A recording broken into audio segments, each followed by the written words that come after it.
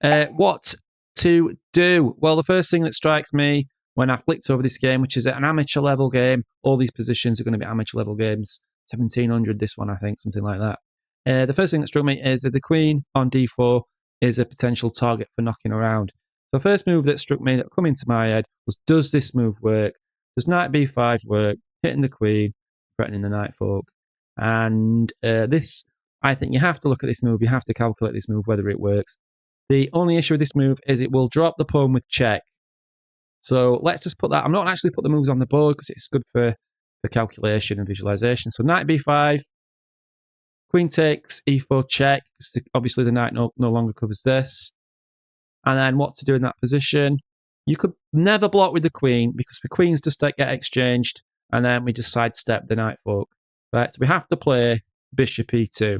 And the problem with that is the queen is also targeting this square, which will be targeting the rook. So if white plays this, we play this check, we play this move, and then it's black to play. So black plays another move. Let's say we are just going to take this pawn, right? And, you know, white then has got the choice of things like this. We could go ahead with this knight fork, but the problem with this now, for example, is after this, we have to do this to defend this knight. Right, and this knight is probably going to get trapped, or at least find it very difficult to get out. So this just doesn't look good.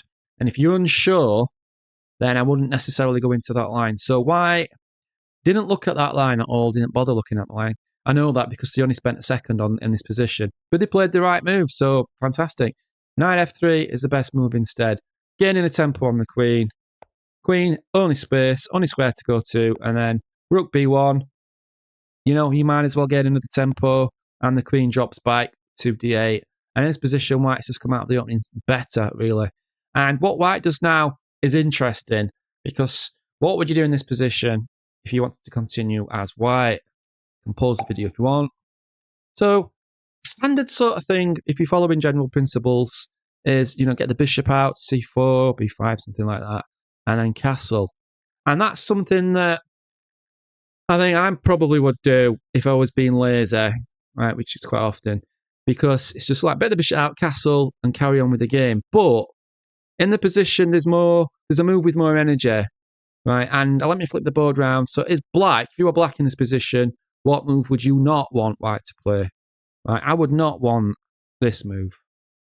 I would not want e5, because then the knight, because I can't come here, doesn't want to go back. This is going to be dodgy after h3. We have to come to this square. So this is the best move, and, you know, this is an analysis position. So e5, and then knight gets flicked to g4. And then in this position, we've got to defend this pawn, so d4 makes sense as well. And then the game goes on. Black has got to do something about these pawns, so d5, challenging these pawns, sees natural. And immediately h3. Another move that black doesn't want to play. Bringing the knight to h6. And after this move, what would you do in this position? Again, you could move the bishop, you could play bishop d3. If I were playing a blitz game or a bullet game here, I'd probably play bishop d3 and castle, to be honest with you. But it's not the best move. More energy in the position. Right, immediately hitting the knight, grabbing space with d5. The knight has to come to, you know, really rubbish square. I mean, you could drop back here, but then how's the bishop going to develop? Right, and then what move has got the most energy? Right, check in. No, not really, because you're going to block your own bishop in. It's not going to gain anything. Queen d4. Queen d4 is a fantastic move. But in this position, why is this so good? Well, it's targeting this square, so it ties in this bishop. Right, what does black want to do in this position? Play this move and castle, and then just try and escape, try and get a game. So this is a fantastic move. Stops that from happening. Black has to respond to these sorts of threats. So bringing the knight to f5, for example, and what we're going to do with the queen, this move. Right, just keeping the pressure on in the position. And after bishop e7, for example, bishop b5 check. Right, black's got a really sad choice here. I mean, you've got to play this move, right, which is just terrible. Because after this move, we have a stunning reply if you can find it. And it's this, right, because the bishop's pinned. So that opening there, I think, really instructive for me as well. And, you know, hopefully for you too. In sometimes going through general principles, is always going to be okay. Like White did in the game, just played bishop c4, move h3, and then sort of castle, and got a better position. But I think sometimes knowing when to break principles is difficult and probably comes with experience. But this doesn't really break principles, this move, right, by moving too many pawns in the opening, because Black has to respond to that, and it's just a much more energetic reply as we saw in the position. Okay, so let's look at another position. So don't pause the video yet. It's Black to play in this position. I just want to show you Black's last move before, I'm going to instruct you to pause the video if you want to. So Black castles in this position. It's White to play now. And what would you do? Well, I think this one's a little bit simpler, to be honest, because we've got opposite side castling. So the general rule of thumb is, you throw the pawns forward, right, against the Black king. And we also, it should be noted, we've got a bishop pair against bishop and knight. So opening the position, again, seems natural on principles. Yeah, we've got double pawns here, but this also facilitates an open f-file. So I think White is in a better position. And White in the game does exactly that, plays the best move, b4. White here is 1900 on lead chess, so probably sort of 1800, 1700, something like that, rapid game. It just does the right thing, b4. Black continues developing. c4. Right, brings the queen into a4, and then it's just a case of throwing these pawns forward, which will open the line for the bishop. Simple attacking plans. Basically plays itself, this position, to be honest.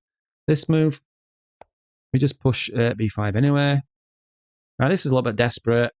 If the queen was here, for example, I'd take back with bishop, personally, but obviously queen's on this square, so I do agree with this move. G takes f3. And game goes on. Take. We open up the position, and it's time to resign for Black. And all White's done is just go, opposite coloured. Let me just show you how it finishes. Before. Right, that's for an example. That's an analysis position. Black resigned before that. But that's how easy it is. Because all what White's done really is just get to that position and think logically, right, opposite side castle in, throw the pawns forward, and it plays itself. Let's look at another position. In this position, Black has just taken the pawn on d5. So if you want to pause the video, you can do. So what would you play in this position? Well, we're out of the opening now. This is early middle game position. And thing to know, I think, is White has the two bishops, the same side castling. Obviously, the pieces and materials the same.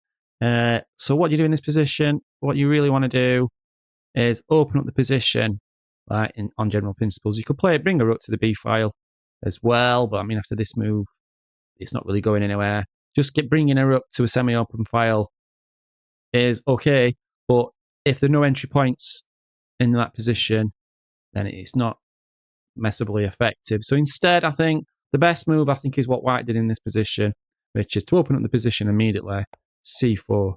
Right, there are other moves playable, but c4 just makes logical sense to me. And then Black takes back. Black doesn't take back and just plays another move.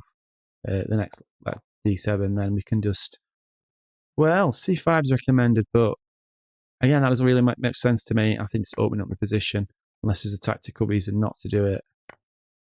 I don't know. e4 and start pushing. That makes more sense to me.